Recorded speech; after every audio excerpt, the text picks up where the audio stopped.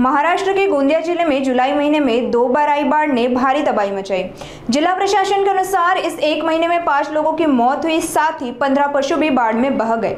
लगभग 720 घरों को नुकसान पहुंचा और 250 पशुशालाएं भी प्रभावित हुई। जिले के 4 प्रमुख जलाशयों में पानी का स्तर बढ़ा है।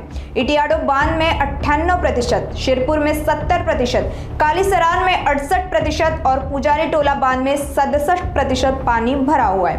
बाढ़ की स्थिति अभी भी गंभीर बनी हुई है।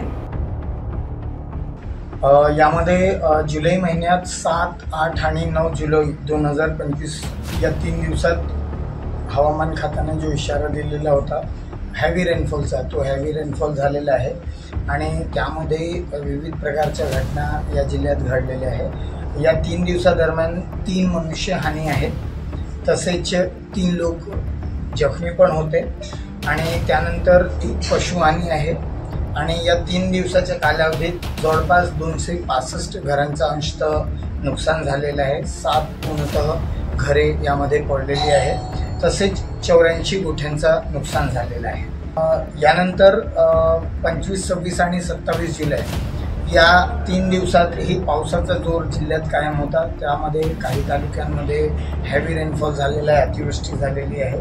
या 3 दिवसाच्या दरम्यान जिल्ह्यात कुठलीही मनुष्यहानी नाही, 1 किरकोळ जखमी आहे आणि 1 पशुहानी झालेली आहे। 454 घरांच्या या 3 दिवसात नुकसान झालेलं आहे।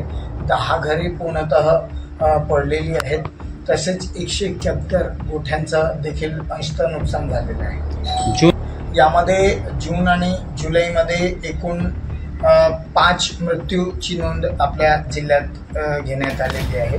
तसेच 15 लहान मोठे जे जनावर आहेत त्यांची मृत्यू देखील आपल्याकडे झालेली आहे आणि यामध्ये जवळपास 720 घरांचा जो नुकसान आहे या 3 दिवसात 7, 8, 9 जुलै आणि 3 दिवस 25, 26, 27 जुलै यामध्ये झालेला आहे आणि जवळपास 250 गोठ्यांचं देखील नुकसान या 3 आणि 6 दिवसात आपल्या जिल्ह्यात झालेलं आहे। गोंदिया जिल्ह्यात 4 महत्त्वाचे धरण आहेत, त्याचे पाणीसाठा किती आहे? आज रोजी जर आपण बघितलं तर इटियाडो हा जवळपास 98% धरणसाठा यामध्ये झालेला आहे।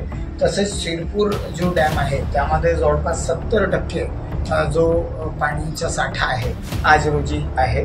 कालीसरामध्ये देखील 68% जे पाण्याचा साठा आज रोजी नोंद करण्यात आलेला आहे। तसेच पुजारी टोल्याला देखील 67% पाणी आज रोजी आहे। हवामान खात्याने आता या आठवड्यात अशी